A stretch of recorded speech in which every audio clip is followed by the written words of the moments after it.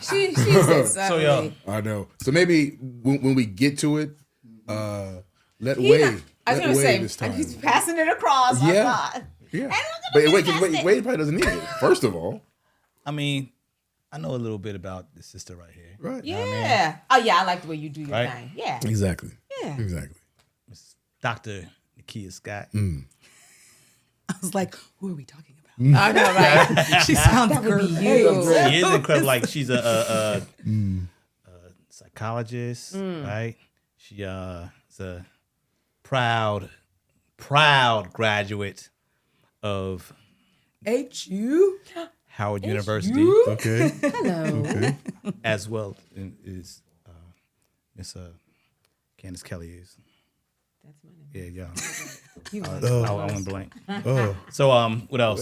Two HU graduates at the spot. Yo, bro. Yes. And they got like probably the second best homecoming. Oh, wow, that's unfortunate.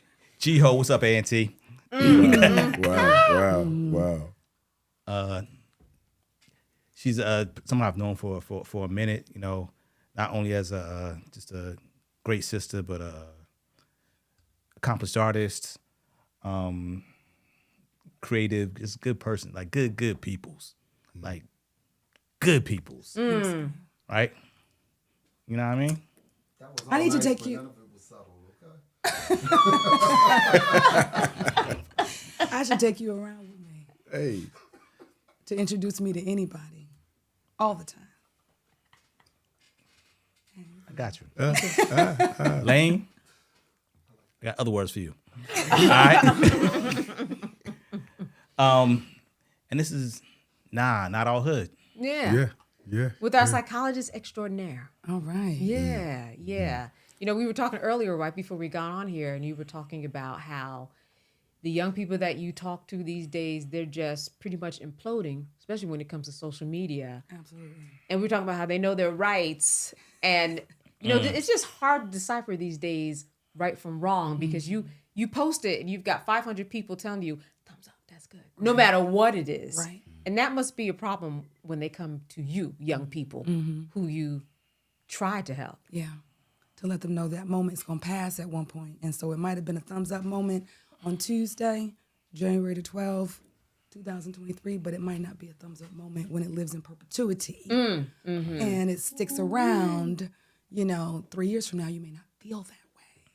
You know what I mean? 3 years from now. So, I think the generation is one that, moves with the moment, right? They think in the moment. They're very, which is good.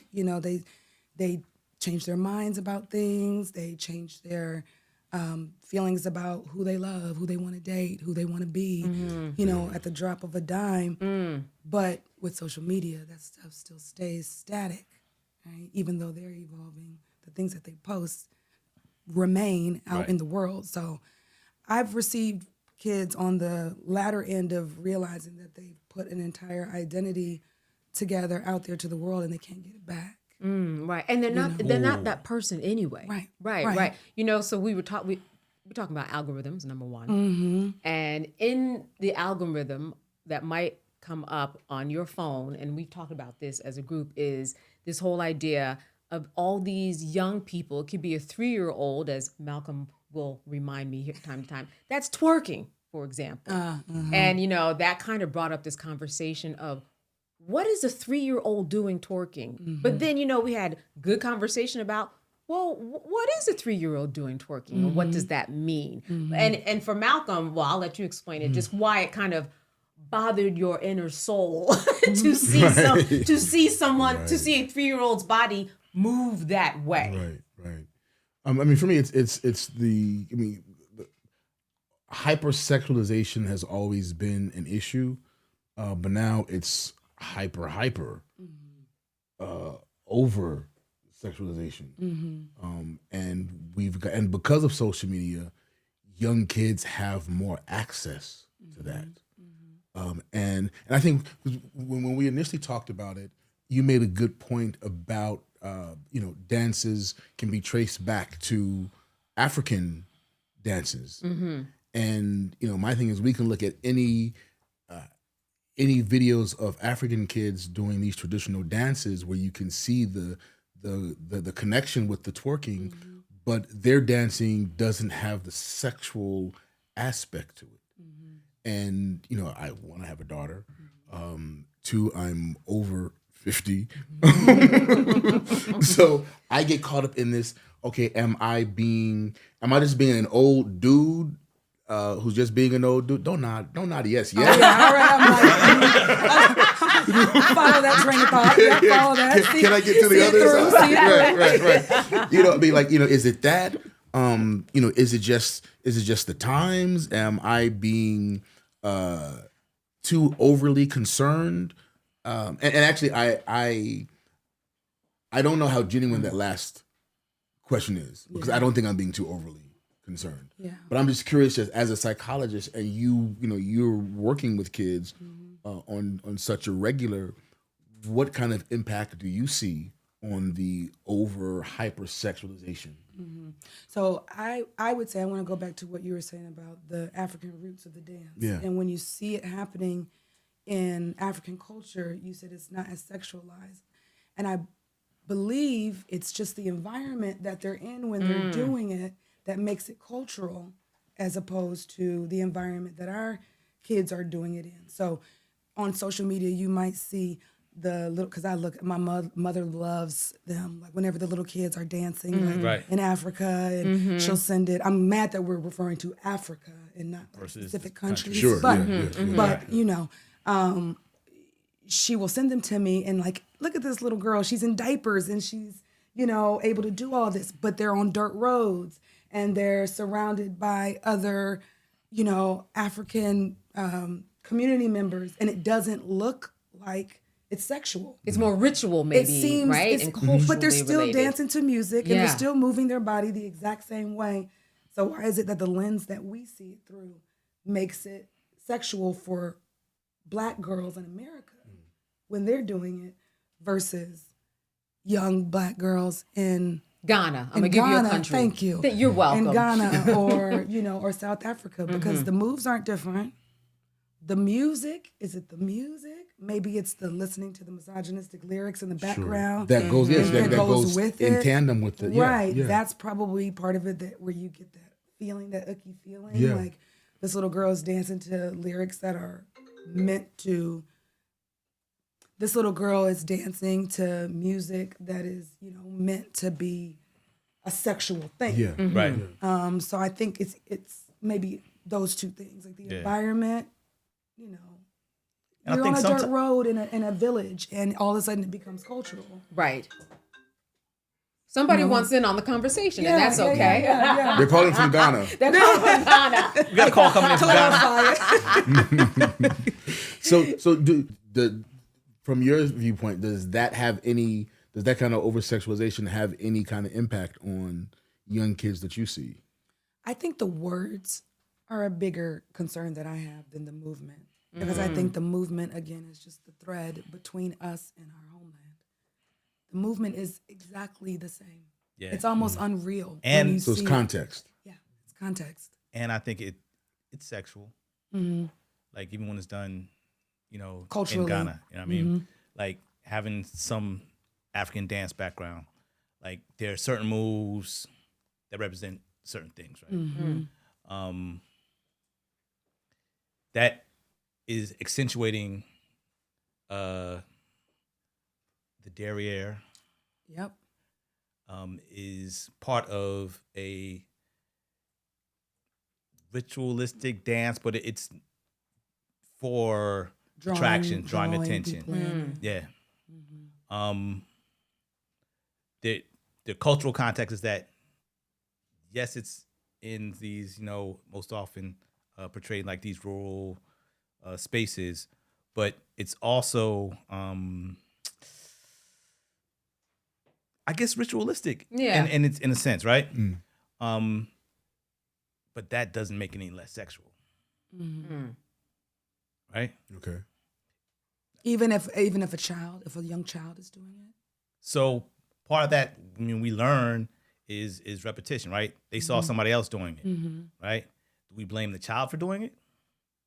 or do we like how they were Well, I taught? believe Right? on the You know what I mean? continent they actually teach the Right, children you teach to do it. to Like, dance, it's not right. even like And it's they not a blame picked thing. up on it. Yeah, it's not a blame thing. I think, but like you said, the context and the language that's around it, the movement specifically, make a difference. Well, if you're talking about ritual, then there are other things attached to the ritual, right? It's true. So, you know, so, yeah. Right?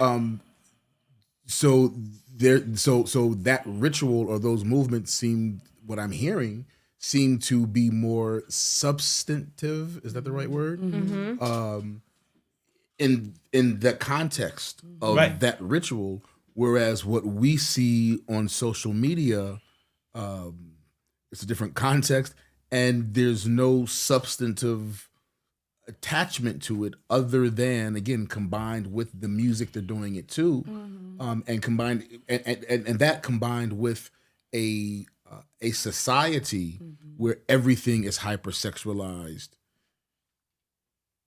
There seems to be a different impact, or at least I'm Definitely. assuming there's a different No, there's impact. definitely a different impact. So you're saying But it's not just the dancing, it's the lyrical content of what they're dancing to that has more of an effect. I believe so. Okay. Yeah, I believe it's layers, like you said. There's levels to this. Right. You know, so it's the layers of the environment, the layers of the lyrics, the layers of the dress. That's the other thing. So I started thinking about some of my friends who've married men from the continent, and I've gone to their weddings and attended their weddings. And so they have a traditional service, and then they may have like a more, I guess, Americanized service, or part of the service. And the women are coming out in full, African garb, but the booties are on swole. They're African booties. Right. And they're dancing. Right. It is part of the experience. It's part of the experience. And it's so beautiful. And no one is thinking like it looks ratchet, because they're in this beautiful garb and everyone's doing it in unison, and it's celebrating our culture. So I kind of feel like this is actually an issue when you remove a people from their home, and we try to bring some of our traditions, right? Now it's out of context. Right. Out of context. Now it's out of context. Yeah. So our context is our home. Right. And that's We why are home. out of context. We are That Black part. people out of context. So what do kids come to you for? And so I don't want to make the assumption. Are your kids? What's the racial makeup of the kids that you tend to see? I have a pretty multi-ethnic practice. So I see children of color. I have some, I have white kids. I probably the least represented, or one. I mean, there's several ethnicities I wouldn't be naming, but I don't have so many Asian children, and that might be reflective of just the makeup Population. of Atlanta. But I see Black children, white children, Latinx children. I do have a fairly heavy caseload of African American children. But it is a multidisciplinary practice. And so I get some of that, but it's interesting because you kind of dated yourself and how we're in the same generation with the idea of thinking about this as a Black girl issue or a Black, you know what I mean? A Black community issue. But a lot of those children that I see that are of other ethnicities, like they're consuming culture in the same way as, you know what I mean? They're listening to Meg Thee Stallion, they're listening, and these are girls of a completely different racial makeup. Yeah, so it's different than kind of when we were coming up, and there were pretty firm lines between like the music that you listen to and you dance to, and the music that I listen to and I dance to. So you're saying everybody just throwing it back? Yes. And they're all on their phones. Yes. So that's really a thread. I was speaking to someone, she's about 22 years old, a student, and she said, listen, because I will talk about social media a lot, negative and positive. And she said, I just want you to know, she said, and I'm a really good student. I said, yes, I know you are. She said, but sometimes I spend 12 hours on Instagram. I said, really? Wow. I was fascinated. She said, and TikTok. I said, you mean in a row? She said, yes, 12 hours in a day. She said, it was during spring break, so I wasn't doing anything. I said, she said, I broke for lunch. But I was like, that's a lot. Right. She said, but a lot of people do that. That's a lot of consumerism, which is why I understand why you say that. Everyone's kind of consuming the same thing and doing it because it's all right here. Yep. And once you get it in the algorithm, it's coming back up the same way. The same stuff is coming back and being spewed out. Right. Yeah. And they don't see the same, they don't have the hard lines that we had. Right. Right. You know, in between each other. And they've got more things coming at them. Yeah. They do. So much more, right? So are there differences between, so you've got, Black girls and white girls consuming the same content. Do you find a difference in how it impacts them? So I think really the issue is us observing them, right? We're judging them from the outside. We're impacted differently. I don't think that they're impacted any differently. I may not be. Let me clarify. Their impact is their reality. It's their reality, and they're and it's not. It's. Wow. They're the only. We're the ones with the problem. Because media is like, it's second nature to. It's second nature to us. It's first nature to them. Yes. Right?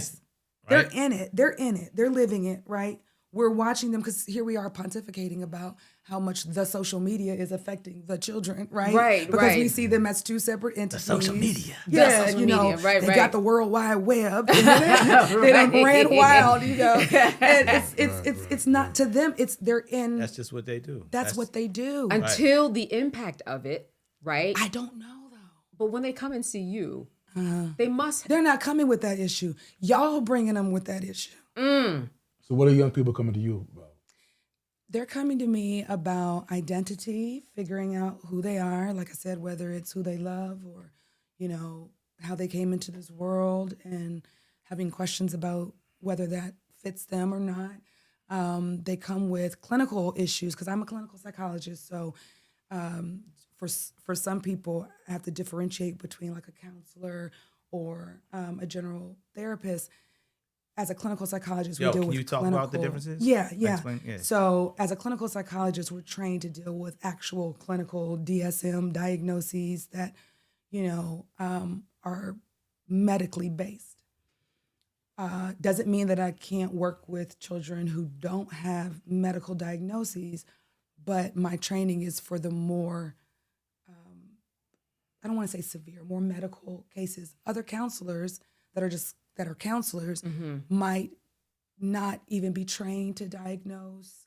They're coming for you to talk, right? You're talking. Right. And so I will get people, because if they're searching out for a clinical psychologist as opposed to, say, a social worker or a licensed professional counselor, if they're looking specifically for a clinical psychologist, that's going to narrow down, one, the pool of people available for them to be seen by. And then if they want a Black clinical psychologist, and if they want a Black woman clinical psychologist, it narrows it down. And those kids a lot of times will have diagnoses. So clinical depression, anxiety, ADHD, bipolar disorder, because we're trained to deal with the clinical stuff. And so kids are coming to me with true clinical, I might have kids that are suicidal, that I have to hospitalize, kids who have been cutting, or I don't treat eating disorders, but, kids who have true medical diagnoses, so they may end up on medication and things like that. So do you find the uptick sort of that people are seeking out, you and your expertise, right? Because, mental health has always been an issue in our community. And I think just until recently, people are like seeking professional help. Yeah. Right? Yeah. And are the youth seeking it out? Or are their parents like, girl, you driving me crazy. Take you to see Dr. Scott. Exactly. You know what I mean? It's a punishment. They dragging him in. Yeah, you know. The children are seeking it out most of the time. Really? Yeah, and that's part of what you were talking about. Just their level of. We were talking about yeah, earlier. we were talking. Yeah. Tell them what you told me about that young woman. Mm-hmm. Yeah. So let me make sure. Okay. So they have a level. This generation has a level of entitlement. Right. They know what they are worth and they know what they will or won't do. And that's different from how when we grew up, where you just do stuff because you were told and it's the right thing to do. And You're not like, let me call Division of Youth and Family Services. My mom is tripping, y'all. And that's what they do these days. Yeah. They know how to call exactly the Division of mom Youth was and like, Family Services. Oh, you want to call them? Yeah. Right. By the time they scared us. Yeah. they will have a reason to. Yes, Yeah. exactly. Yeah. The cry, don't cry. Let me give you something to cry about. Yes. Right. That's Yeah. the generation we came from. Yeah. But because they're so entitled and aware, they have a fullness of self and they go for what they believe they deserve. So they would say, I looked up doctors online and I want to see Dr. Scott. Can you make an appointment? Yes. Wow. They will search. They will figure it out. Because they also, they know how to work the clunky computer. Right. The World Wide Web. The World Wide Web. They know how to The navigate. dark web. Right. Yeah. But what we were talking about, what Candace and I were talking about is when I see someone for the first time, we do an initial assessment. So I'm going through a standardized assessment of questions. And one of the questions is, they're true-false questions. And one of them says, I always follow the rules. And this middle school child that I was doing the intake on said, well, only if they're just. Word. 7th grade.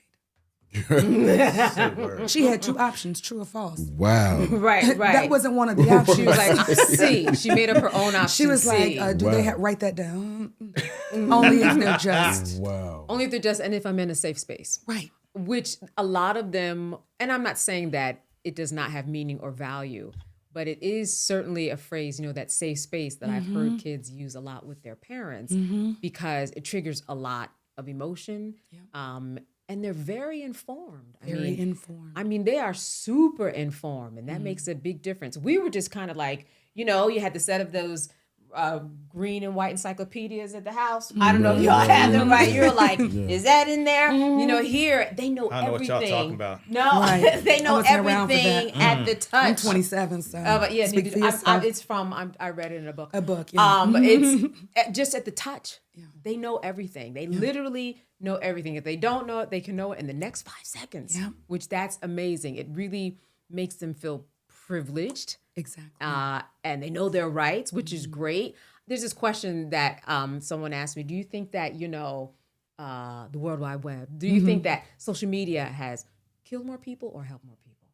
It's an interesting question because it does do good, but it also does do harm. Right. And it's just one of those things where I think the more wits they have about them, that's why they are now able to say, I'd like to see Dr. Scott. Yeah. We didn't have that option. No, not at all. Just a thought and idea. Even some of the more progressive families, we're talking about families of color, absolutely not. Right? We were not being encouraged to go to therapy, certainly as children. Right.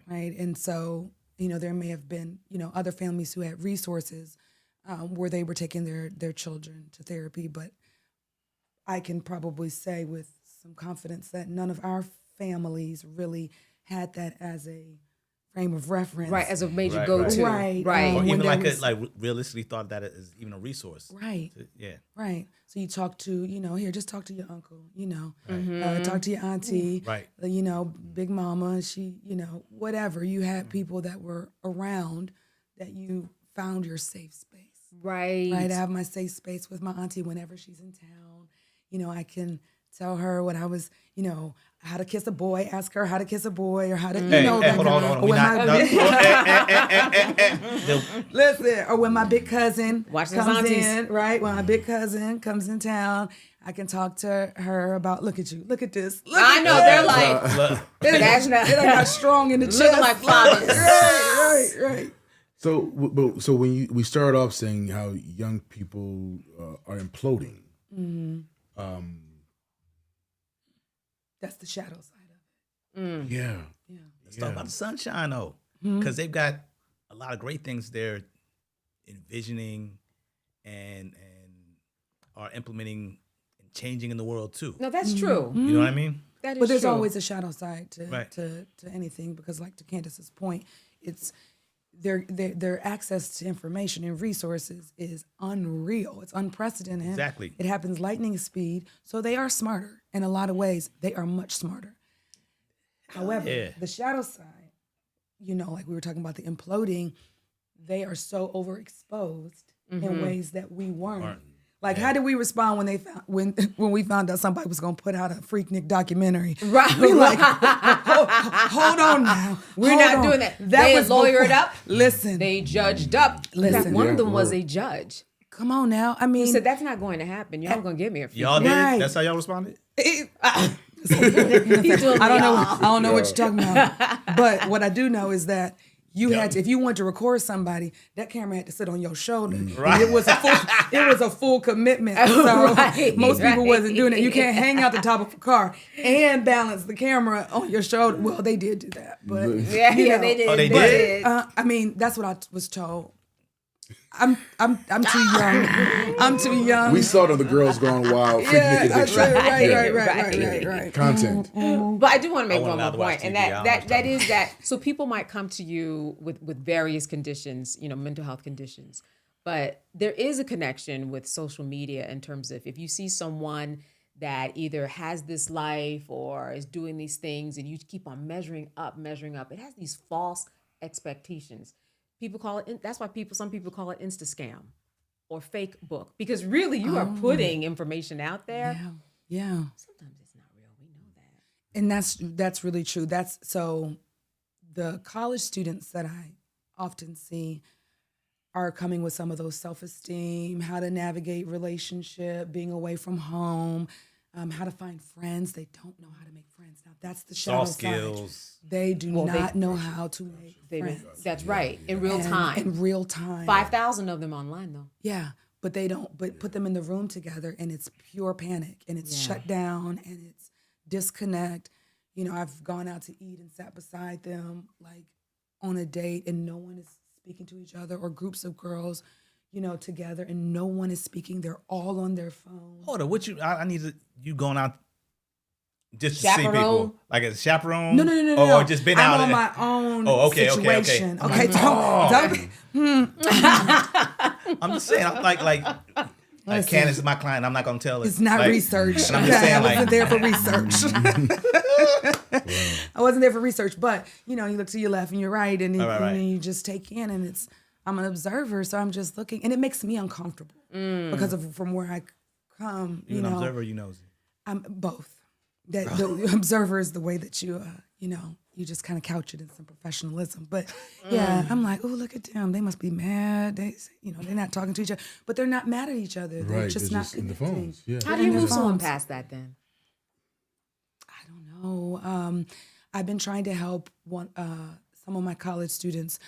I've been trying to deprogram, especially the young girls. I have students at Spelman who do a lot of the comparison, a lot of the seeing women as competition for men, following influencers on how to have relationships.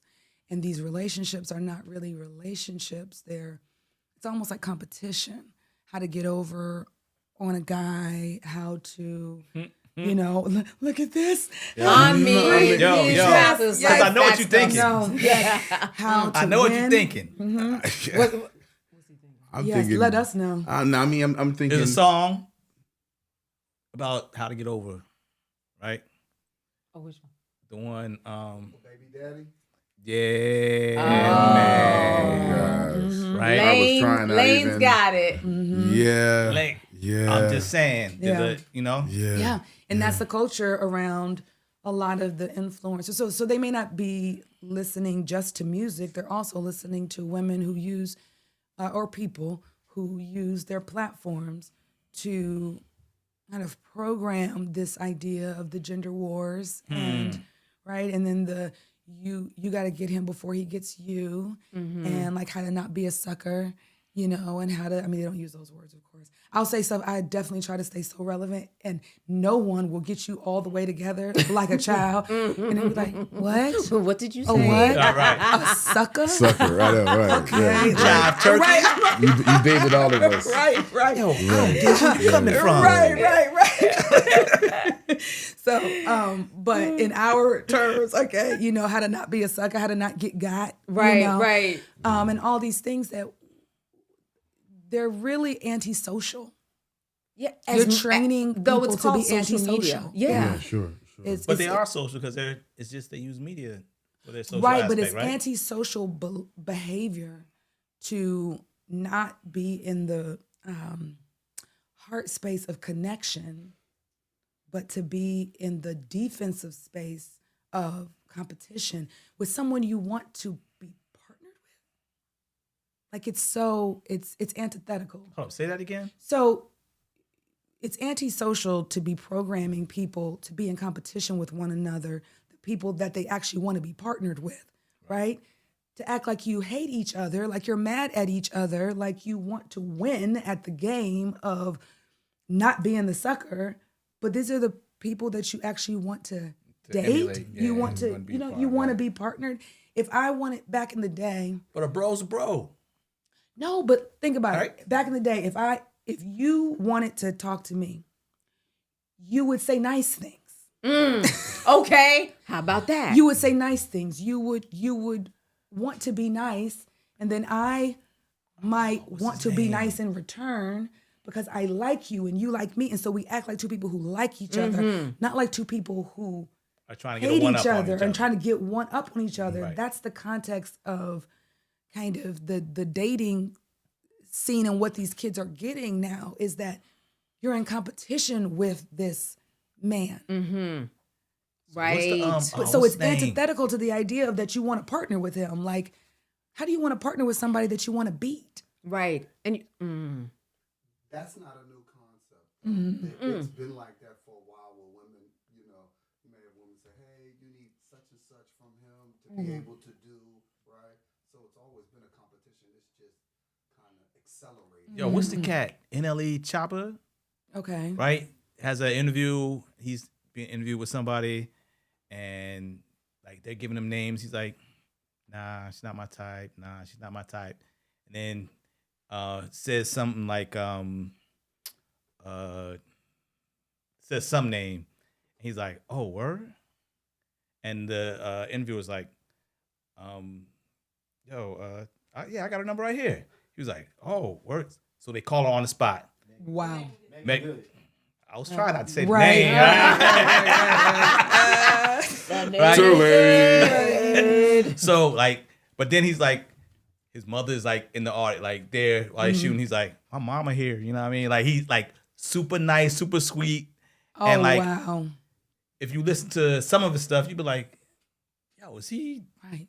really rocking like that? But like, he's doing this interaction. He's like super gentlemanly. Wow. You know what I mean? I'm like, there's those moments out there and those examples out there from this youth culture, right? That are inspiring, right? That are soft, that are sensitive. right. But they tricked him right. into that, right? Because y'all won't let him be that all the time and still be a rapper. And that I think is historical. And I think, you know what I mean? I do think that predates now, right? It's Right. not just this generation. We, you know, the misogyny of hip hop music and the ways in which some of that is about, you know, the conquering women.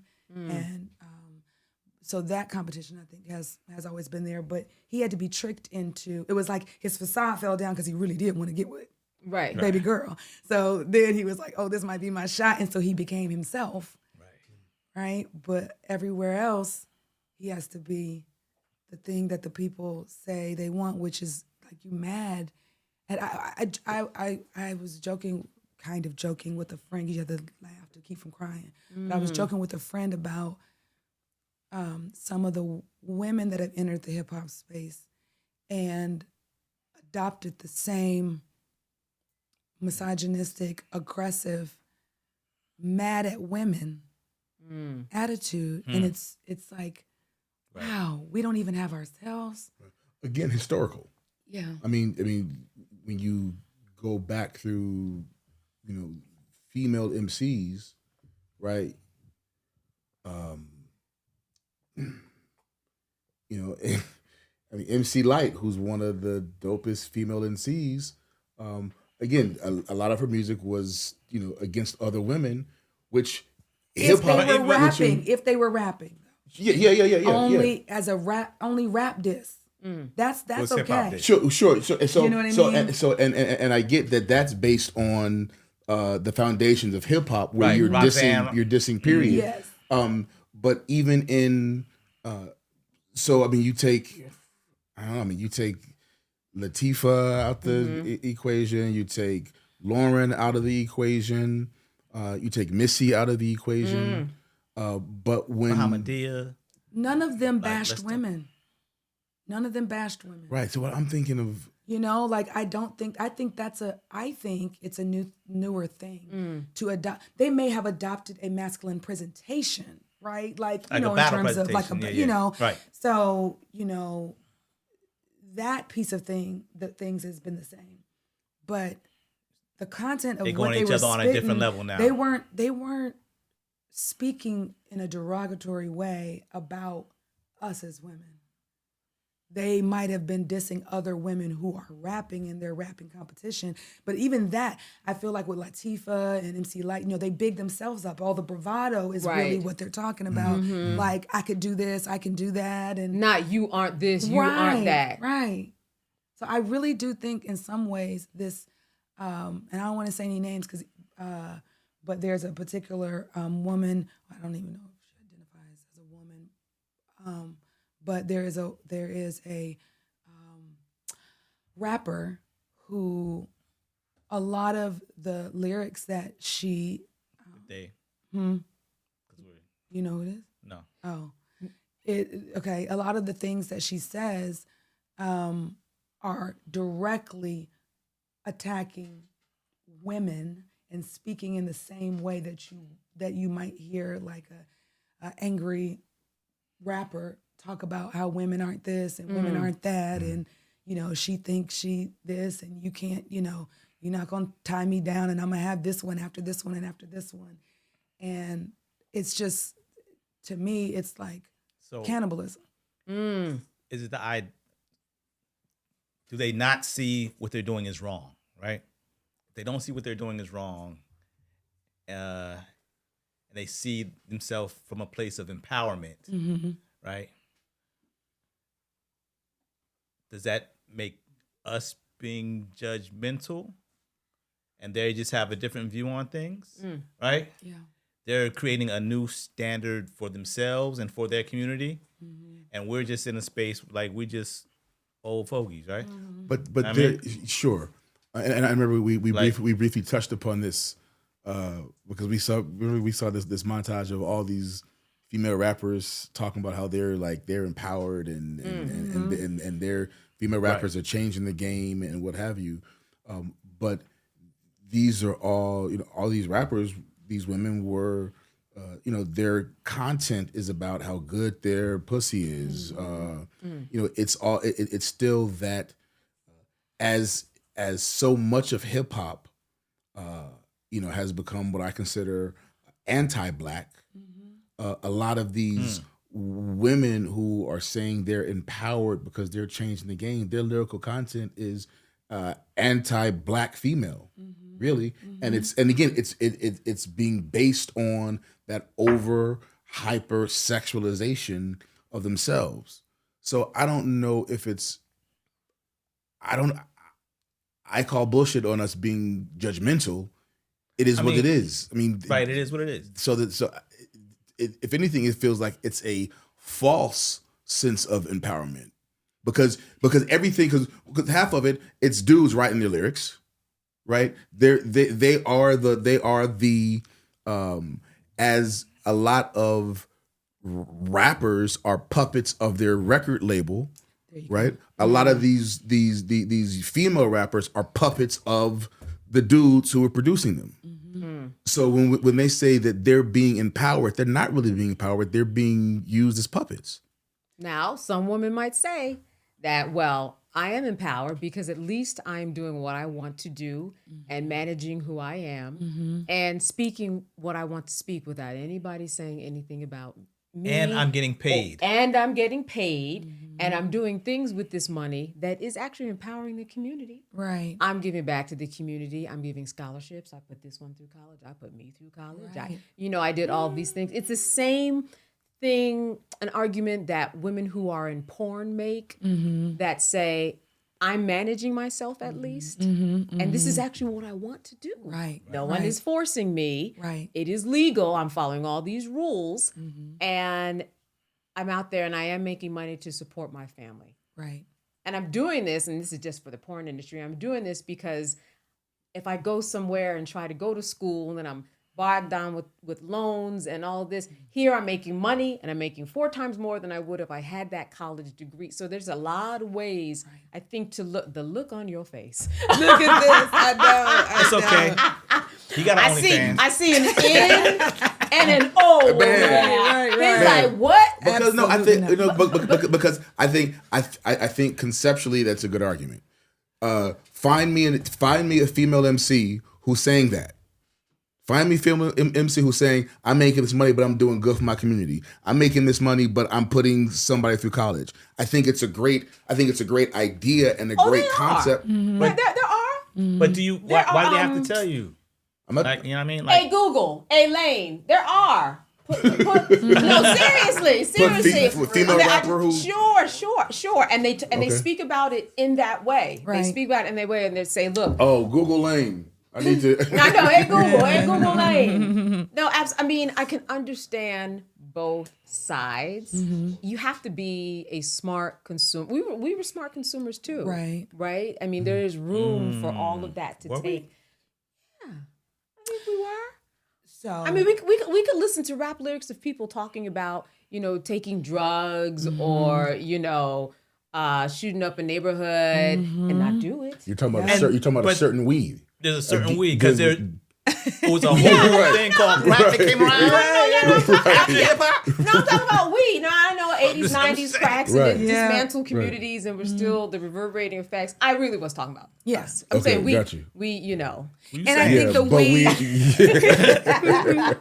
But there's a whole lot of not weeds. Where there was a direct impact on, or there was and there is a direct impact that the music that they're listening to, the misogyny, the anti-black rhetoric, that it is having some kind of effect on how they move through the community. But they might be okay, right? They might move through, right? The same way that the influence of the culture of jazz had on our parents, right? Sex, drugs, and rock and roll. But you weren't. But jazz, right? you're not listening to jazz, and the jazz music is not telling you, "Fuck this, comrade." But it's the culture, right? But there's the culture, but the art. There's the messaging. There's the lyrical content, the messaging that you're hearing on a daily basis. The aggression, the anti-black rhetoric. When you're hearing that on a daily basis, that has a different effect than Miles Davis, who may be doing drugs and beating his wife, but you're listening to his music. His music is not giving you those messages. Do the drugs and beat your wife. Right. We're not saying that beating your wife and doing drugs is good. Right. That's not what Malcolm said. Yeah. He was like, at least he's not saying it. Yes, but Listen is the closest that I came on. That, somebody give me my phone. Right. I just want to get it right. I mean, I know the name. I just want to get it right. I mean, I feel like if we drop the name. So even after like Megan, that person is the exception. You know what I mean? Yeah. I'd say Megan Thee Stallion is probably the easiest example. Right. Of somebody who's putting people through college and she's doing stuff for the community. And giving back. Yeah.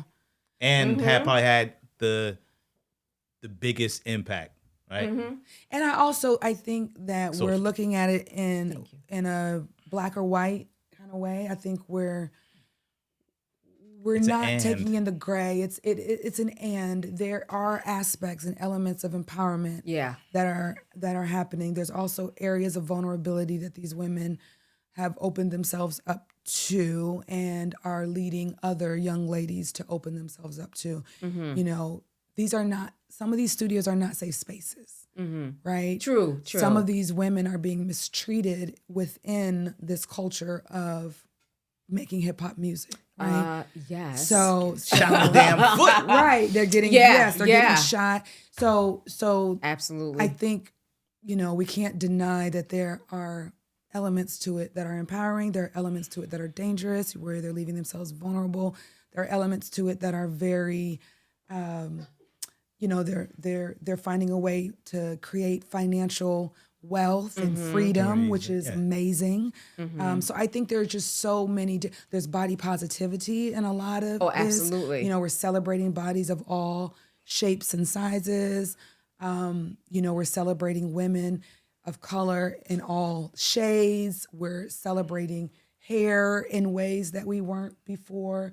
And that's, you know, those are progressions that are really positive. So I think it's an and conversation, not just an either or. You know? And the music is just a slice of that pie. Right. The bigger pie is us being in America and really trying to figure out how to navigate who we are and find a place that validates us wherever we may be. Right. And then when we are not validated, really no matter who you are, you try to find that so you can be a person that is comfortable enough to move on in the world without interruptions. Interruptions sometimes being yourself, right? Because the person who we have the longest conversation with in any given day is ourselves in our heads. Exactly. So, and we do it to ourselves. We do it to ourselves often. He's right? a genius. Right. There you go. There you go. Myself is a genius. You got yourself all the Nothing but affirmation. yourself, right? Nothing but affirmation. Well, you know, one of the things that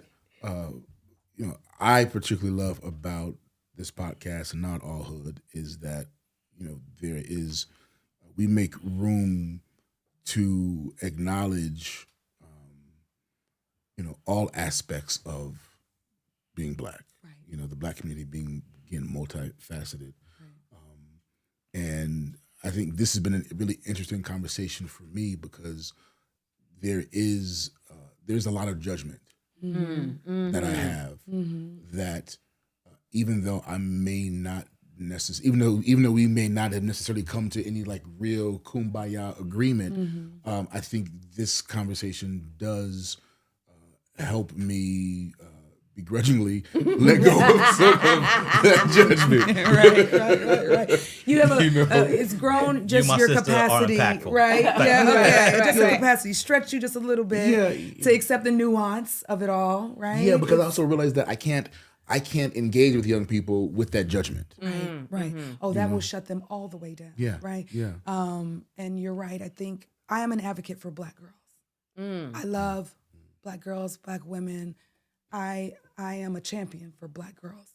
So in doing that, I have to have an open mind and heart to hearing what are the things they're taking from their experiences and without judgment to some extent, right? And I even find myself pushing myself because I'll have that Gen X in me come out and be like, oh, girl, no, you're not going to do that. Right, you know? right, And then I have to get myself, you know, together. And like, so why would you want to do that? And what is the goal that you have? And I don't know that this is going to reach the goal going about it this way. Because you know, in the end, we want our babies to be safe.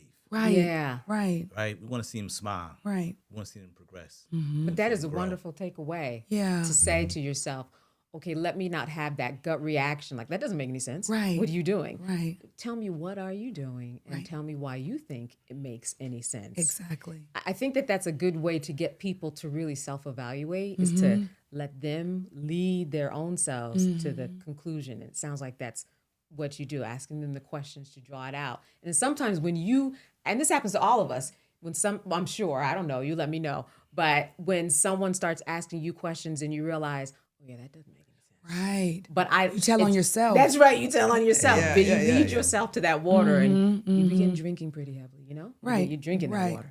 Right. Yeah, we want to give, and I know for me, I'm not going to be around forever, right? In reality, but then also with these children, right? I'm not going to be telling them, you know, how to live several years from now. So I want for them to have the process of knowing how to evaluate their own decisions so that when I'm not there coaching them through it, they're still going to be able to have the skill set to coach themselves through it and to, so I'm giving them process skills as opposed to saying, don't do that. You don't need to do this. This is a bad look for you, because they need to arrive at that and then know how to arrive at other conclusions, right? Like throughout the rest of their life. Some of them will tease me and say, I heard my doctor's got a voice in my head. And I know you was going to be mad. I did it anyway, but at least I'm here telling you about it. The idea that you can lead a horse to water. Right, but you can't make him drink. Yeah. They got to figure that shit out on their own. No judgment zone. Yeah. Thank you for being such an advocate for Black girls. Thank you. Thank you for having me. I've really enjoyed the conversation for sure. Yeah. And anytime that I can try to, act like I'm still relevant and I know what's happening. If you could just take out the word sucker. Yeah, don't be a sucker about it, okay? Don't be a sucker. Jive turkey. Just don't put jive turkey underneath my name. At the end of the day, though, we dig you. Okay. Yo. No cap. All right. Thank you for bouncing it out. Oh, wow. That's great. Yeah. That's great. Bang, bang, zoom, zoom. No cap. No cap. All right. Okay.